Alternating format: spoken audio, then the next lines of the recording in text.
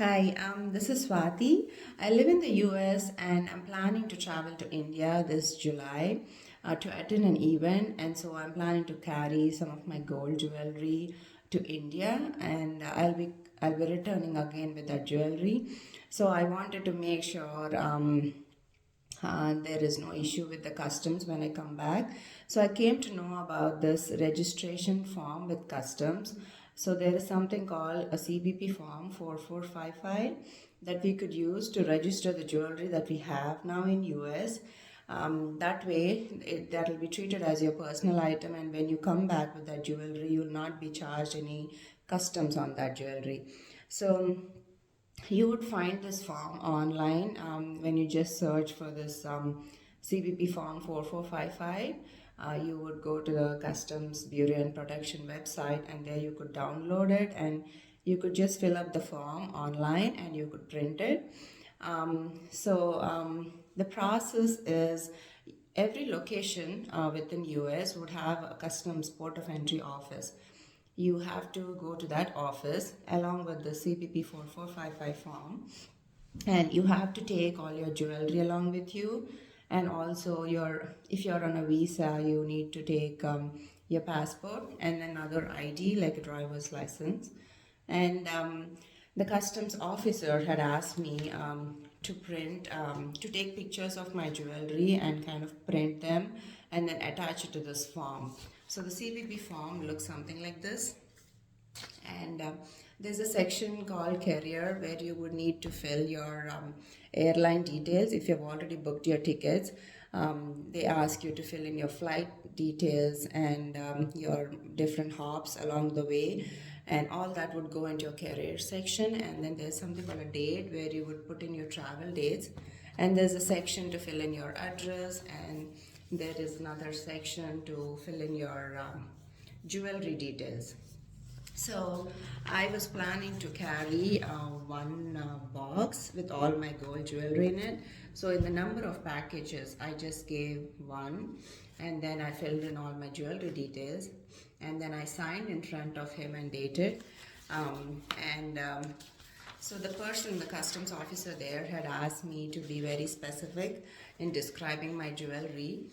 So I took pictures like this, and I put a serial number like 1, 2, 3, 4 for all my jewelry. And I've mentioned very clearly that these are like gold bangles, and there are 10 of them. This is a gold chain which has like ball shapes, and then this is a gold chain which has some bell shapes, and then this one has the stones, white stones with a red stone in it. So I specified exactly what each of them are instead of generally saying gold jewelry. I said like one necklace with white stones and then 2 earrings and so on. So that's how detailed you need to be.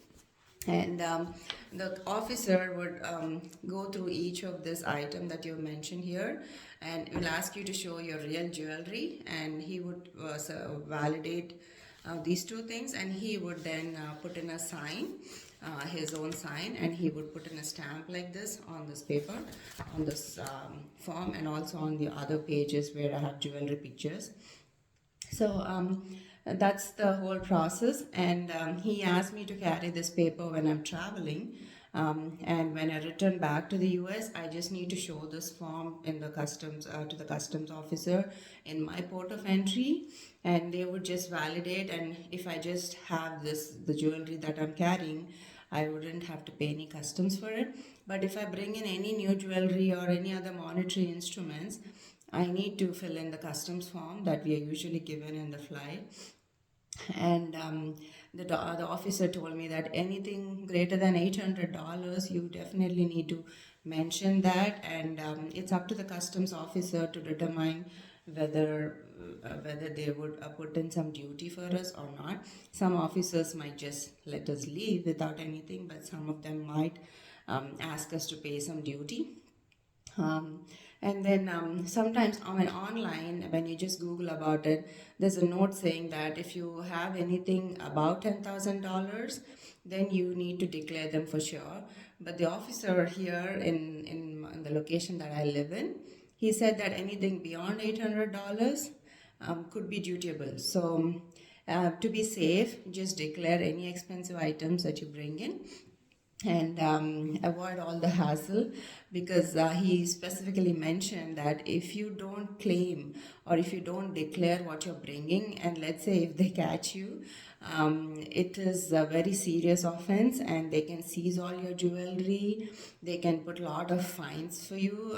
So just paying like 5% tax or whatever it is for that gold item is much simpler and cheaper option, rather than going through all that pain and hassle, dealing with customs officers at a later point.